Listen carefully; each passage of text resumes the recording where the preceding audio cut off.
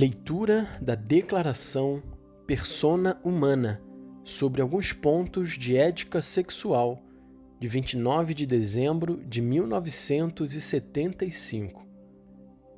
Sagrada Congregação para a Doutrina da Fé.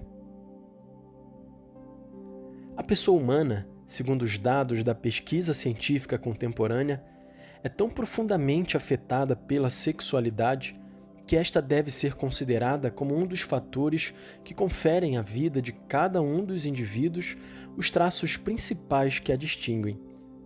É do sexo, efetivamente, que a pessoa humana recebe aqueles caracteres que no plano biológico, psicológico e espiritual a fazem homem e mulher, condicionando por isso, em grande escala, a sua consecução da maturidade e a sua inserção na sociedade. É essa a razão de as coisas referentes ao sexo, como cada um poderá facilmente verificar, nos nossos dias serem assunto frequente e abertamente tratado nos livros, nas revistas e nas publicações periódicas, bem como pelos outros meios de comunicação social. Nestes últimos tempos, aumentou a corrupção dos costumes, de que é um dos mais graves índices uma desmesurada exaltação do sexo. Ao mesmo tempo, pela difusão dos meios de comunicação social e dos espetáculos, ela tem vindo a invadir o campo da educação e a infectar a mentalidade geral. Se é verdade que neste contexto tem havido educadores, pedagogos ou moralistas que puderam contribuir para fazer compreender e integrar na vida os valores próprios de um e outro sexo, outros, em contraposição, propuseram concepções e modo de comportamento contrário às verdadeiras exigências morais do ser humano, indo mesmo até ao ponto de favorecer um hedonismo licencioso. Daqui veio como resultado que, mesmo entre os cristãos, pontos de doutrina, critérios morais e maneiras de viver, até há pouco fielmente conservados, no espaço de poucos anos foram fortemente abalados. E são, em grande número hoje em dia, aqueles que, perante tantas opiniões largamente difundidas em oposição com a doutrina que eles receberam da Igreja, chegam a perguntar-se o que é que devem ainda manter como verdadeiro. A Igreja não pode ficar indiferente diante de uma tal confusão dos espíritos e de um semelhante relaxamento dos costumes. Trata-se, na verdade, de um problema da máxima importância para a vida pessoal dos cristãos e para a vida social do nosso tempo.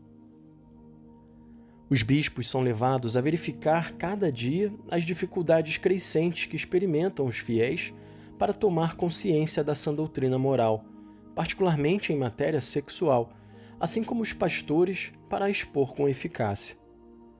Eles sabem que são chamados, em virtude do seu munus pastoral, a corresponder às necessidades dos fiéis das suas greis, pelo que se refere a este ponto bem grave.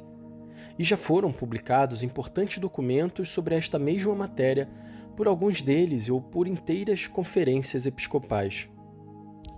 Entretanto, dado que as opiniões errôneas e os desvios que delas resultam continuam a alastrar por toda parte, a Sagrada Congregação para a Doutrina da Fé, no exercício da sua função relativamente à Igreja Universal e por mandato recebido do Sumo Pontífice, julgou necessário publicar a presente declaração.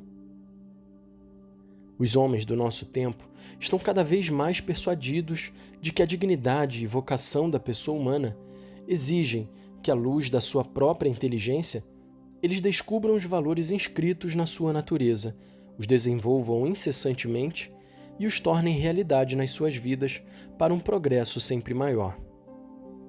Em matéria moral, porém, o homem não pode emitir juízos de valor segundo o seu alvedrio pessoal. No fundo da própria consciência, o homem descobre efetivamente uma lei que ele não se impôs a si mesmo, mas a qual deve obedecer. O homem tem no coração uma lei escrita pelo próprio Deus. A sua dignidade está em obedecer-lhe, e por ela é que será julgado. Além disso, a nós cristãos, Deus, pela sua revelação, deu-nos a conhecer o seu desígnio de salvação e propôs-nos Cristo, Salvador e Santificador, com a sua doutrina e com seu exemplo, como a lei suprema e imutável da vida. Foi o mesmo Cristo que disse: Eu sou a luz do mundo. Quem me segue não andará nas trevas, pelo contrário, terá a luz da vida. Não poderá haver, portanto, verdadeira promoção da dignidade do homem, senão com o respeito da ordem essencial da sua natureza. Na história da civilização, certamente, muitas condições concretas e necessidades da vida humana mudaram e continuarão a mudar ainda. Mas toda e qualquer evolução dos costumes, assim como todo e qualquer gênero de vida, devem sempre ser mantidos dentro dos limites que impõem os princípios imutáveis fundados nos elementos constitutivos e nas relações essenciais de toda a pessoa humana, elementos e relações que transcendem as contingências históricas.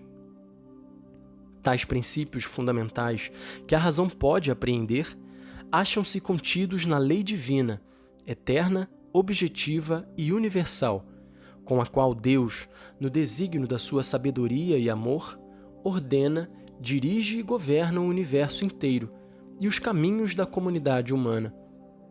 Desta sua lei, Deus torna o homem participante, de modo que este, segundo a suave disposição da divina providência, possa conhecer cada vez mais a verdade imutável. E esta lei divina é acessível ao nosso conhecimento.